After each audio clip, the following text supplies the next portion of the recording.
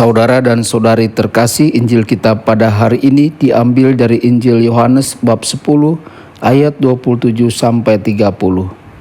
Pada suatu hari Yesus berkata kepada orang-orang Farisi, "Domba-dombaku mendengarkan suaraku. Aku mengenal mereka dan mereka mengikut aku. Aku memberikan hidup yang kekal kepada mereka, dan mereka pasti tidak akan binasa sampai selama-lamanya. Dan seorang pun tidak akan merebut mereka dari tanganku. Bapa-Ku yang memberikan mereka kepadaku lebih besar daripada siapapun, dan seorang pun tidak dapat merebut mereka dari tangan Bapa. Aku dan Bapa adalah satu." Demikianlah sabda Tuhan. Terpujilah Kristus.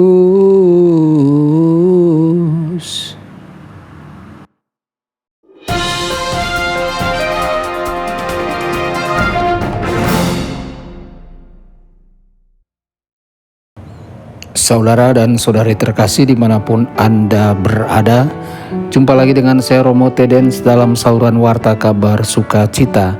Semoga Anda semua dimanapun berada senantiasa dalam keadaan sehat dan bahagia. Saudara-saudari, sebagai umat Katolik kita tahu bahwa Tuhan selalu ada. Tetapi ada saat-saat tertentu di mana kita tidak mudah untuk menyadari hal itu. Mari kita hadapi itu ketika kita merasa terluka, ditolak, tidak dicintai atau kehilangan. Akan sangat sulit untuk melihat cahaya Tuhan. Demikian pula ketika kita mengalami berbagai cobaan atau gagal datang kepada Tuhan pada saat-saat sulit. Kita seperti seekor domba yang hilang, yang melarikan diri dari gembalanya, hanya untuk akhirnya merasa malu dan tidak pantas.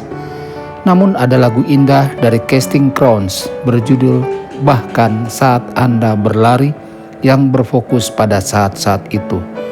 Syairnya seperti ini: "Cintanya tak terelakkan, kehadirannya tak tergoyahkan. Saat ini kamu tidak percaya itu benar. Hari yang lebih baik akan datang, dan kamu tidak perlu tempat lain untuk bersembunyi.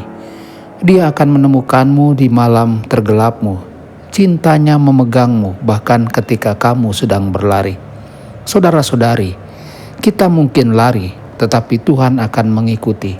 Kita mungkin membuat kesalahan, tetapi sama sekali tidak ada yang kita akui yang dapat membuat Tuhan kurang mengasihi kita.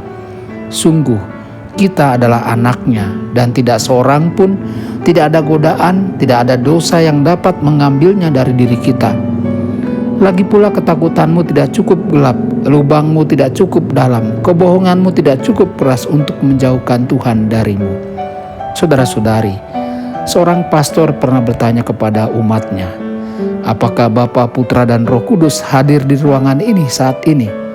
Umat itu berkata, "Ya."